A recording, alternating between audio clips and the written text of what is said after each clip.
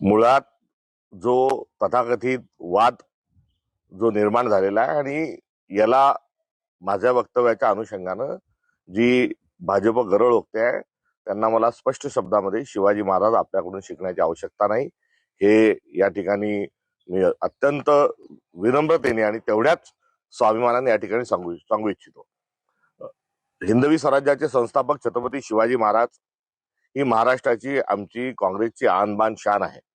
त्यांचा पराक्रम अद्वितीय आहे आणि त्यांच्या पराक्रमाच्या अनुषंगानं हिंदवी स्वराज्य निर्माण झालंय आणि त्या स्वराज्याची प्रेरणा थेट स्वरूपामध्ये आपल्या संविधानापर्यंत आहे. काल पत्रकारांनी मला प्रश्न विचारत असताना विचारले की महामानवांचे आणि विशेष करून शिवाजी महाराज आणि टिपू सुलतान यांचे जे छायाचित्र आहे, प्रतिमा ज्या आहेत ह्या कार्यालयामध्ये लावण्यात याव्यात अशी मागणी होत आहे. याकडे आपण कसे बघता? या प्रश्नाच्या उत्तरादाखल माझं जे उत्तर होतं ते हे होतं की शिवाजी महाराजांनी जो स्वराज्याचा विचार दिला त्याचाच आदर्श हा टिपू सुलतानने घेतला आणि टिपू सुलताननी तो आदर्श घेऊन इंग्रजांच्या विरोधात ते लढले आणि त्या अनुषंगाने या प्रतिमा ज्या आहेत ह्या सोबत लागण्याच्या अनुषंगानं समकक्षतेच्या अनुषंगानं माझं हे वक्तव्य केलेलं आहे.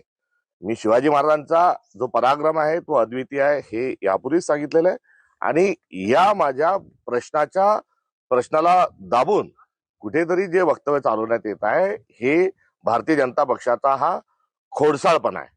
देवेंद्र फडणवीस यांची तुलना मी औरंगजेबाशी केली तेव्हा ते म्हणाले मी त्यांना ओळखत नाही. मी त्यांना जल्लाद म्हटले, मी त्यांना क्रूर असल्याच्या अनुषंगाने दरिंदा म्हटले, त्यावेळेसही त्यांनी मला ओळख दाखवली नाही. मात्र काल एकदम आवेशामध्ये येऊन ते माझ्याबद्दल जे काही त्यांनी गरळ ओकली याचा स्पष्ट स्वरूपाचा अर्थ आहे की त्यांना महाराष्ट्रामध्ये जे मूलभूत मुद्दे आहेत आणि दिल्ली राष्ट्रीय स्तरावर ज्या फाईलमध्ये बरंच काही लपलेलं आहे त्यापासून त्यांना इतरत्र लक्ष वेधण्याचं आहे.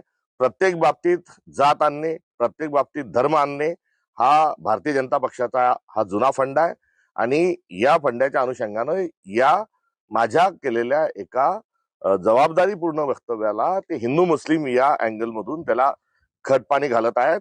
त्यांना मला माफी मागण्याच्या अनुषंगानं त्यांची जी असणारी भूमिका आहे ती माफीवीरांचे पक्षाचे ते असल्यामुळे आहे.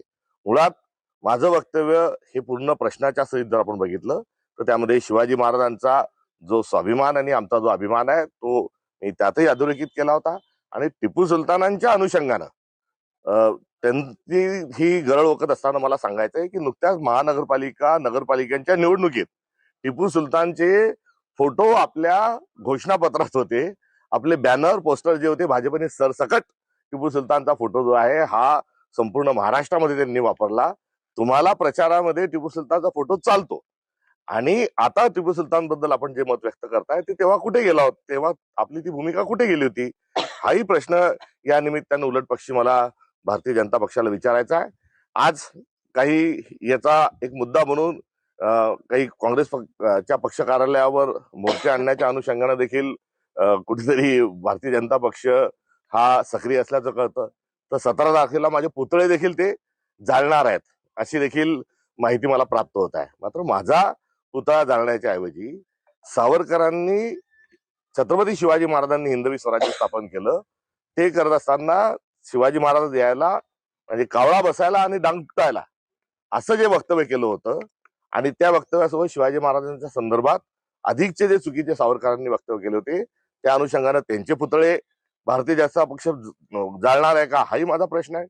सोबतच कोश्यारी जे आहेत हे शिवाजी महाराजांबद्दल इतकं विकृत बोलले आणि ते विकृत बोलत असताना त्यांचे आपण पुतळे जाळणार आहात का हा देखील प्रश्न या निमित्ताने मला उपस्थित करायचा आहे.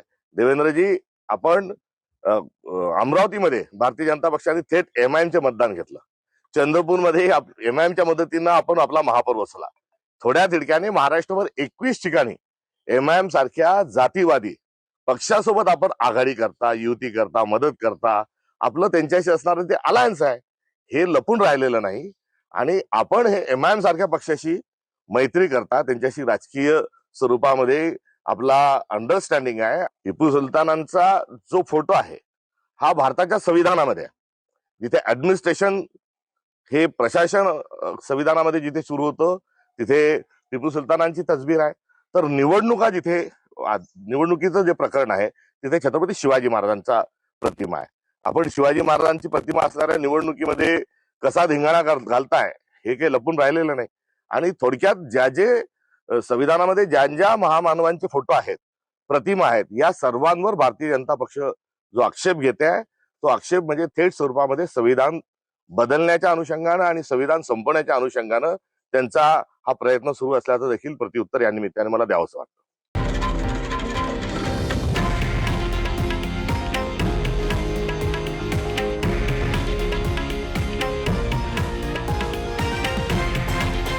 हे आहे देशातील नंबर 1 न्यूज नेटवर्क आणि आपण पाहत आहात TV9 मराठी, एकमेव.